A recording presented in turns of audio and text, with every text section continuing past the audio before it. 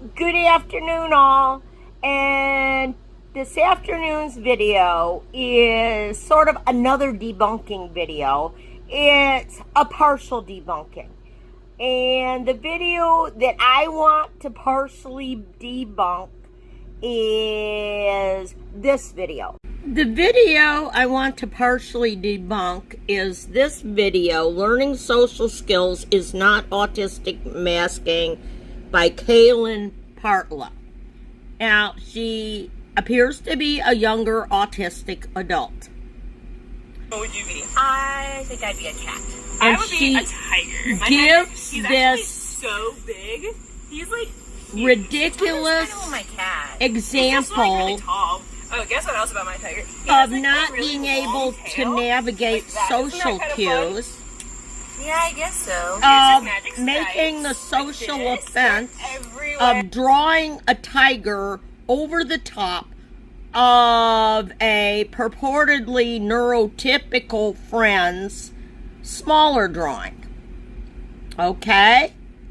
Okay, so basically, Miss Partlow is saying that all an autistic person basically has to do to be indistinguishable from a neurotypical and be able to pass and act like a neurotypical is to have a little crib sheet of social cues, translating them and everything to carry around, and then everything will be hunky-dory.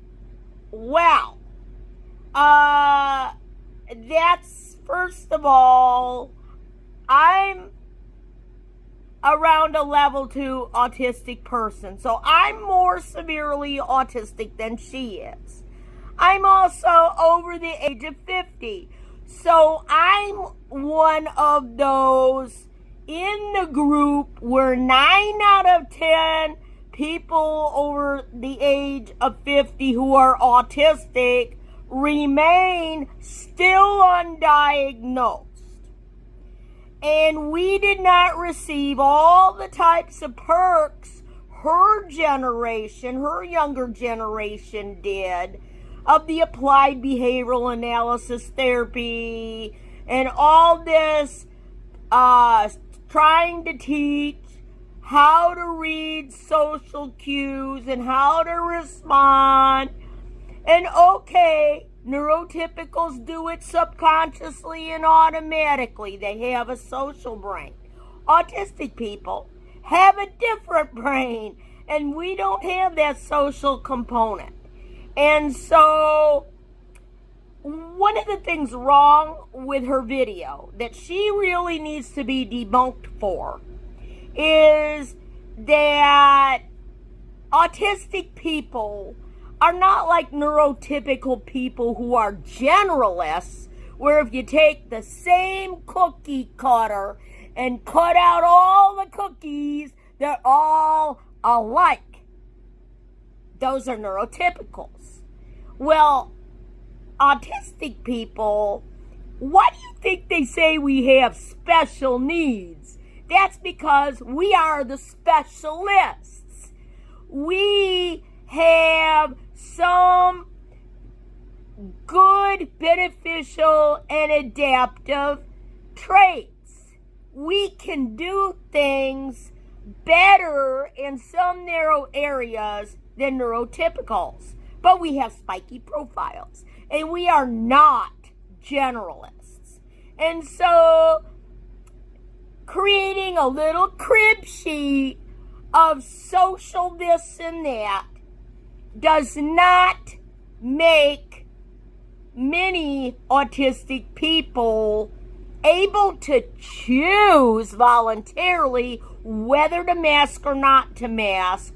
And there is no such thing as any autistic person could just have this social crib sheet and do it and make themselves indistinguishable from a neurotypical to make the neurotypical people comfortable so they don't have to experience different autistic fine motor skills and other motor skills that are different, and different language, and differences that are caused because people with more severe autism, we don't have a choice whether to mask or not.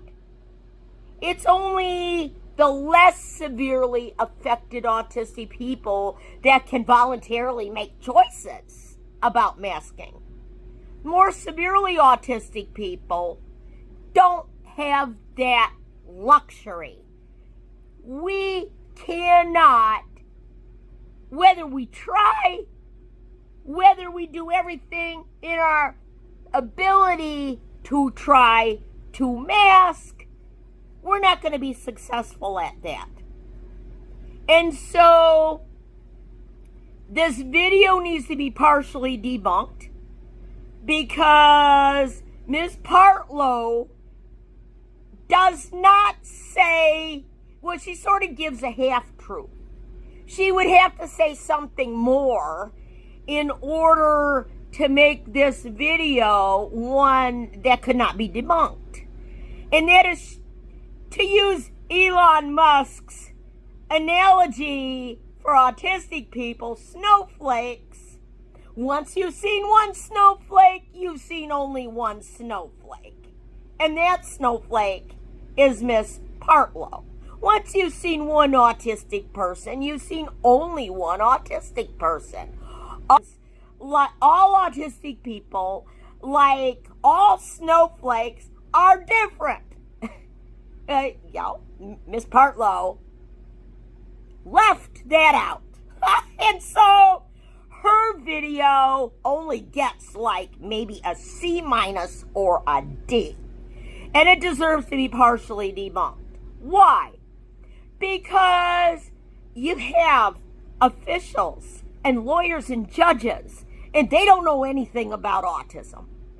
But if they have to do a quickie and learn quickie, maybe in 5 or 10 minutes, to address an autism issue in the courts or something like that, they're going to do a Google search. They might stumble across a video like Miss Partlow's, and they'll say, oh, okay, so autistic people, they can fit in. They can be like us neurotypical people. And all they need is a little cribbing card of the social cues.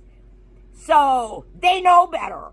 And if they don't do it, then they're bad. And they deserve to be punished if they don't take their little social cueing card and bootstrap their way up and buckle down and fit in and be indistinguishable from a neurotypical. Well, Miss Partlow, herself being autistic, should know that she's harming more severely autistic people than herself. First of all, I'm an autistic savant, and I'm about a level 2. So one of my savant abilities is in art. And I draw pictures, but because autistic people are constantly invalidated, told we're broken, we need to be fixed, we fawn because we can never say no to a neurotypical. By about the age of 3, even a savant artist like Nadia would know not to draw her savant art over the top of somebody else's picture. Okay? So what Ms. Partlow's doing is she's trying to take a ridiculous, absurd example of so-called misreading social cues and making a social fence, one that even a severely autistic person, if they're a savant in art, for example, would probably have been browbeaten into learning by around the age of 3 on a very simplistic social offense that you don't draw your savant art over the top of some neurotypical person's smaller little artwork. Well, An autistic person who's a savant in art would not do that anyway. We don't want our picture destroyed. We don't want our picture tainted by neurotypical stick art. We're making realistic representations from our deep memory. So that's really Miss Partlow's example. It's absurd. It's ridiculous. It's silly. It's overly simplistic. And she tries to pass this off just to get lots of YouTube views, but in the process, it's misleading. And it's a misportrayal. Because around 80% of females who are autistic remain undiagnosed at the age of 18. And there's a couple reasons for that. One is that the diagnostic criteria of autism is male biased. So there's a gender discrimination issue built into diagnosing someone as autistic, especially females. And the second thing is that when autistic people are younger, what they're expected to conform to or know are pretty simple social situations. But now the autistic person gets to be a teenager and is going into middle school, and the odd motor mannerisms are a giveaway that the autistic female is different. And the different odd autistic language is a giveaway. And so now the neurotypical expectations for reading social cues and being able to navigate the social environment is much more complex. And the autistic teenager isn't going to be sitting there drawing a little figure on a sidewalk like a 3-year-old over the top of a neurotypical person's smaller stick drawing. That's just absurd, and Miss Partlow knows that's absurd. What's going to happen is the autistic teenager can't figure out the right clothes to wear, and on top of it has extreme sensory overload to texture problems in their clothes, so wears probably the 1 or 2 same outfits every single day, and starts becoming bullied for that, becomes bullied for odd motor mannerisms that cannot be masked, is out of sync, and cannot fit in. And then the things that happen are, well, you know, you can't just solve these problems by getting a little crib card like Miss Partlow, social crib sheet. No. What happens is when the autistic teenager doesn't fit in because they're level 2, the next thing that happens is they're lured out on the playground by a group of neurotypical girls in the grade lower than they're at, where suddenly about 40 girls and boys in their grade come out from behind trees in the corners of the buildings and physically attack the autistic teenager, rip off her clothes so she's naked, and she looks up and she sees in the second floor windows about 5 of her teachers in the 8th grade watching and laughing, and nobody's stopping it.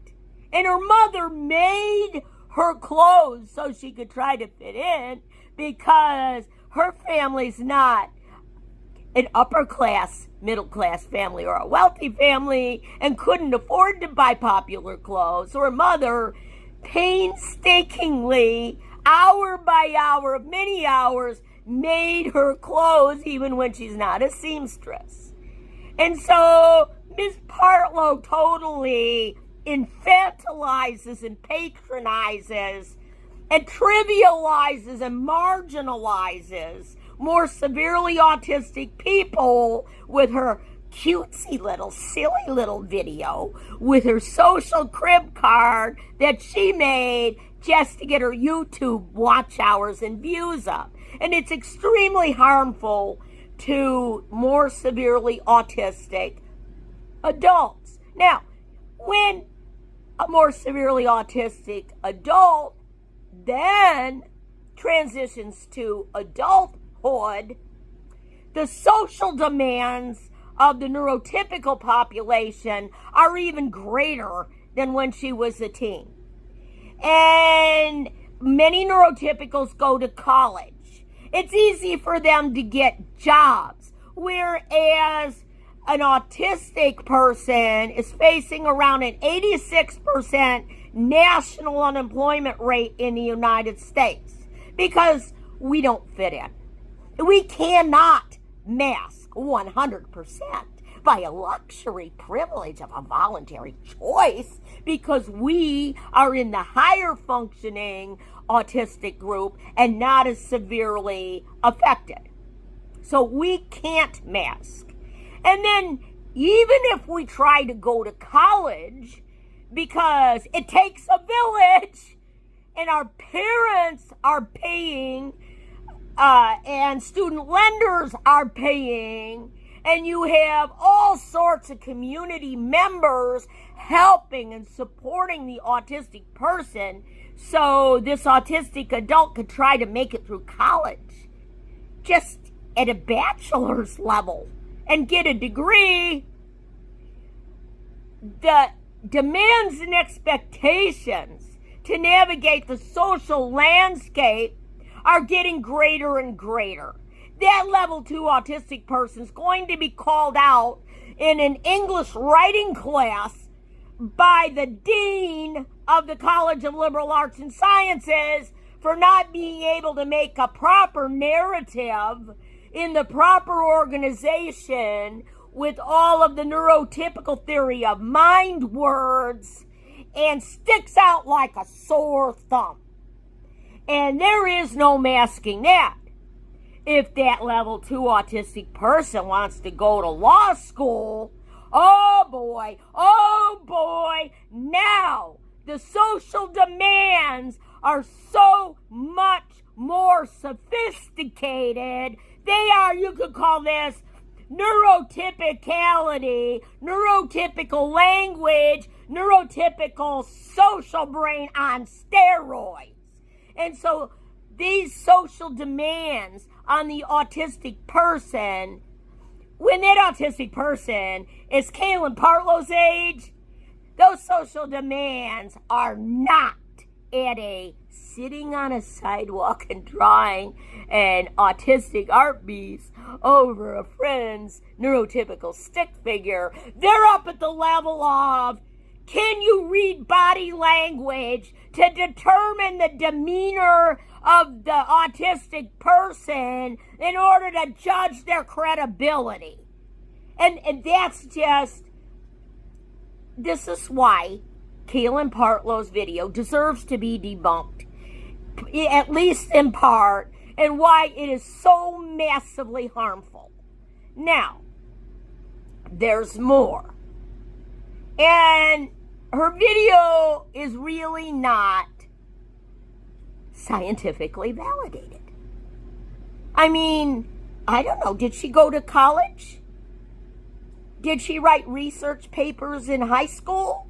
Does she know anything about researching scientific basis for some of the things she says? Well, in fact, there was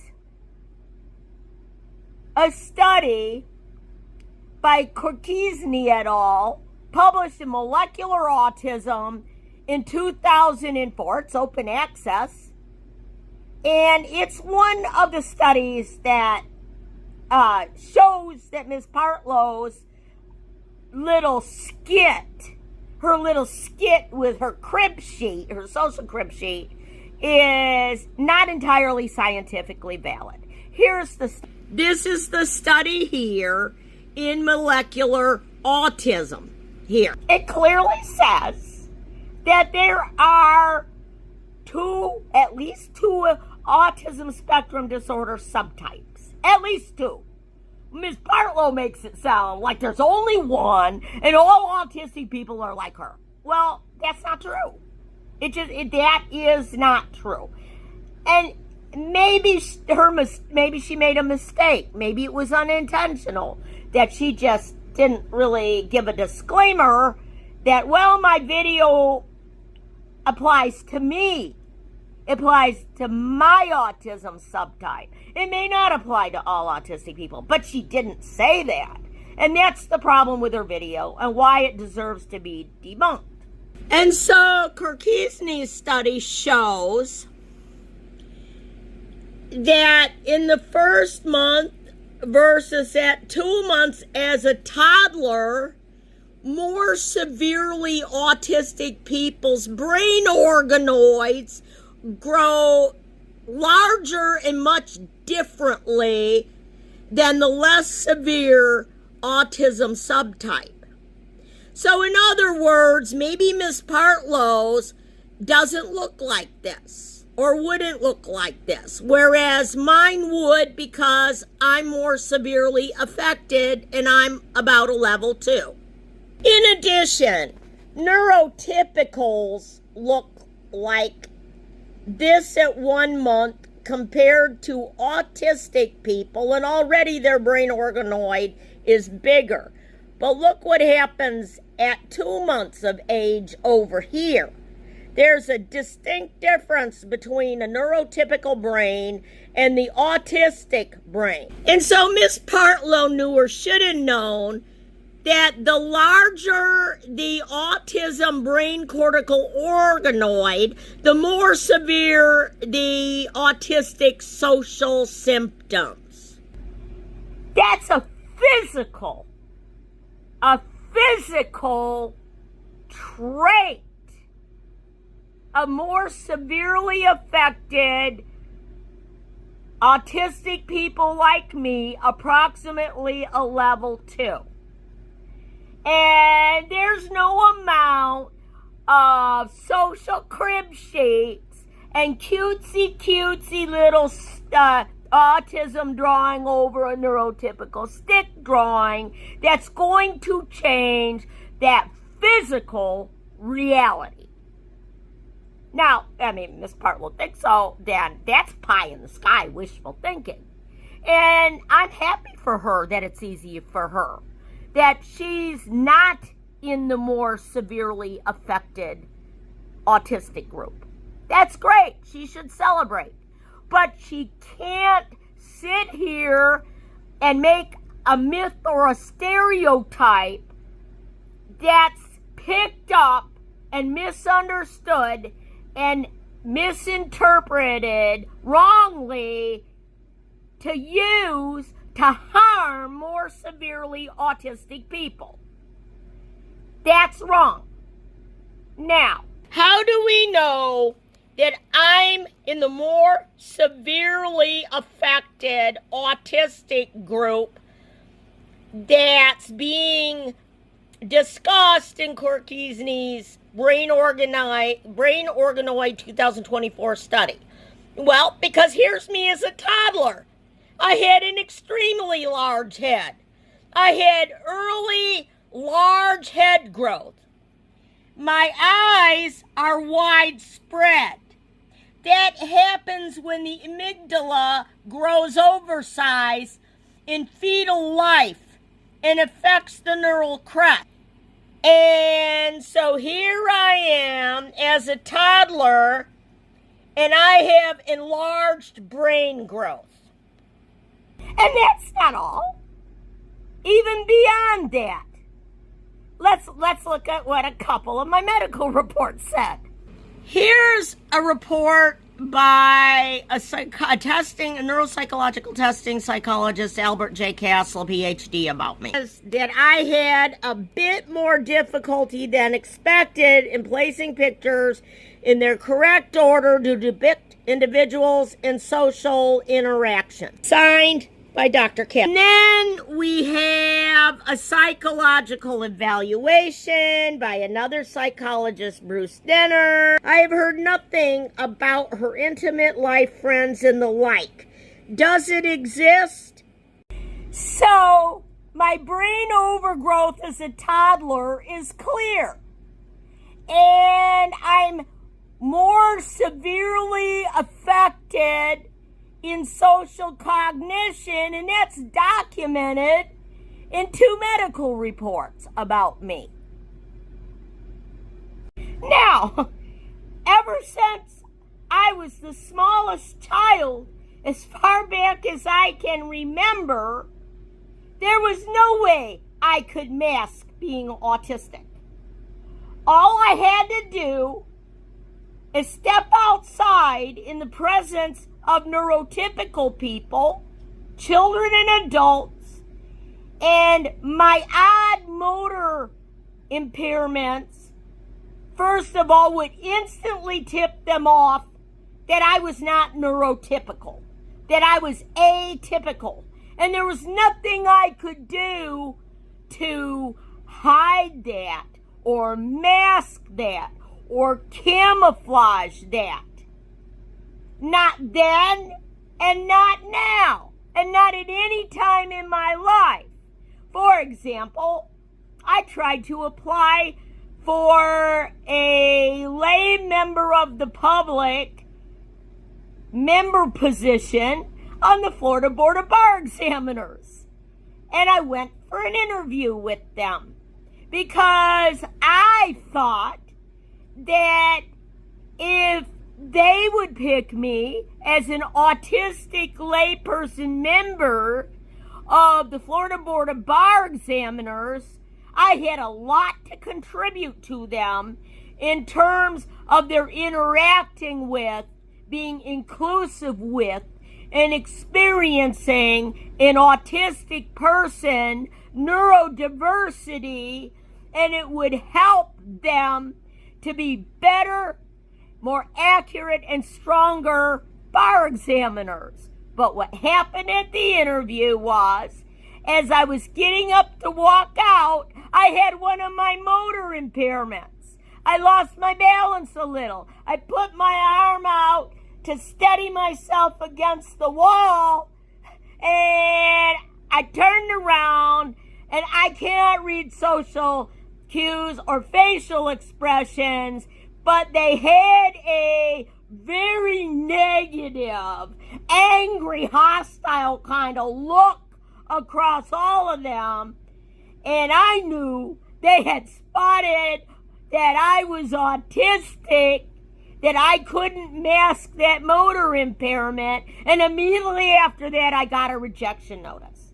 So that's how life is for a more severely affected autistic person. It's not all hunky-dory and life is a charm like Kaylin Partlow makes it sound.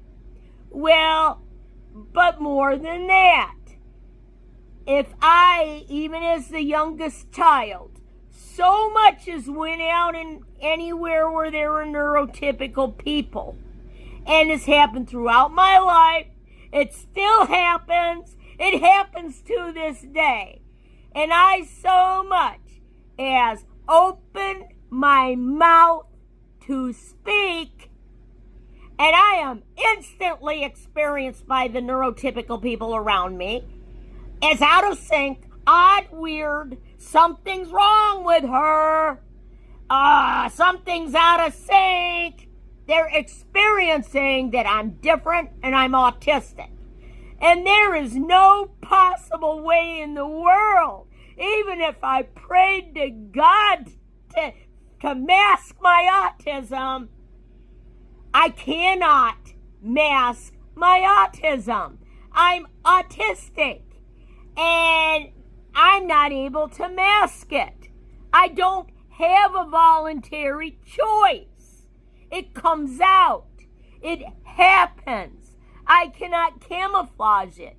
I cannot hide it. And maybe some neurotypicals who have no autism training will tell me, oh, you don't look autistic. But really, those are the few who lack any type of autistic experience or training, because I have wide set eyes and it's in one of my medical reports. And those widespread eyes are a facial dysmorphic feature of autism. And so you can look at me and you can tell I look autistic. Whereas maybe less affected autistic people don't look autistic. Because, again, all snowflakes are different. Once you've seen one autistic person, you've seen one autistic person.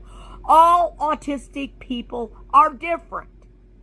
And so if I open my mouth, I'm immediately experienced as being different and autistic. And there's nothing that I can do about it. It's not a, you know better. You know better. I don't have a voluntary choice. I don't have control over whether or not I can mask my being autistic. Certainly with sensory overload, because I have extremely heightened senses to light, noise, and smell. If, for example, I smell certain kinds of odors or food or something, I'll have an instant, complete, and total autistic meltdown right where I'm at. No control over it. It happens like an epileptic seizure because it's overwhelming and there's no masking that. I don't have the luxury that Ms. Partlow makes it sound like autistic people have.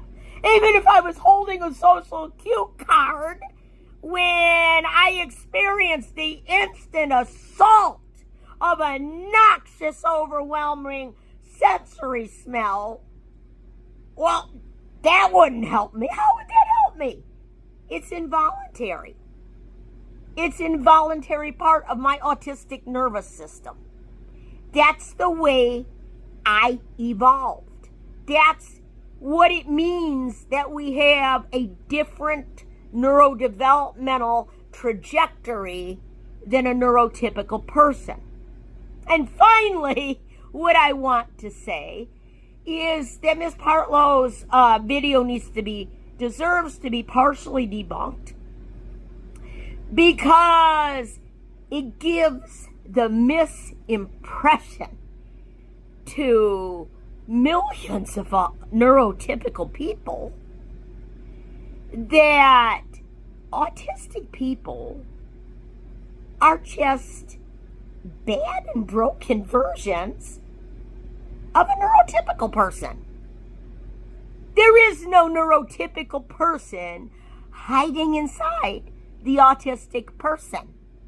Being autistic is my identity. It's our identity. You cannot remove the autism from the person without there not being the person. Being autistic is an integral part of who and what we are. And some of us are more autistic than others, as Dr. Korkisny's study demonstrates. And so it's wrong to do a video where all you need to do is hold a social crib sheet and you can be a good version of a neurotypical person. And then you can be accepted and validated. Well, it's not like that for all autistic people. We are not a bad version of a neurotypical person. We are not a broken neurotypical person. We are not a bad acting neurotypical person. We are autistic. We have a different brain. It's a physical trait. We have a different brain. And we are autistic. It's ableism to judge an autistic person using neurotypical expectations and standards and behaviors and social norms. The only way you can not discriminate against an autistic person is to evaluate an autistic person by autistic expectations, autistic standards, object-focused norms, and autistic behaviors. These are immutable traits. And so that's my video for today. And I would encourage Miss Partlow to go on with her videos. But she definitely deserves to have that video partially debunked. And she really ought to make an apology, make another video with an apology to all the autistic people who are more severely affected than she is. And if you like my videos, hit the subscribe button, ring the bell, and you'll be notified of my future videos. Thank you for watching.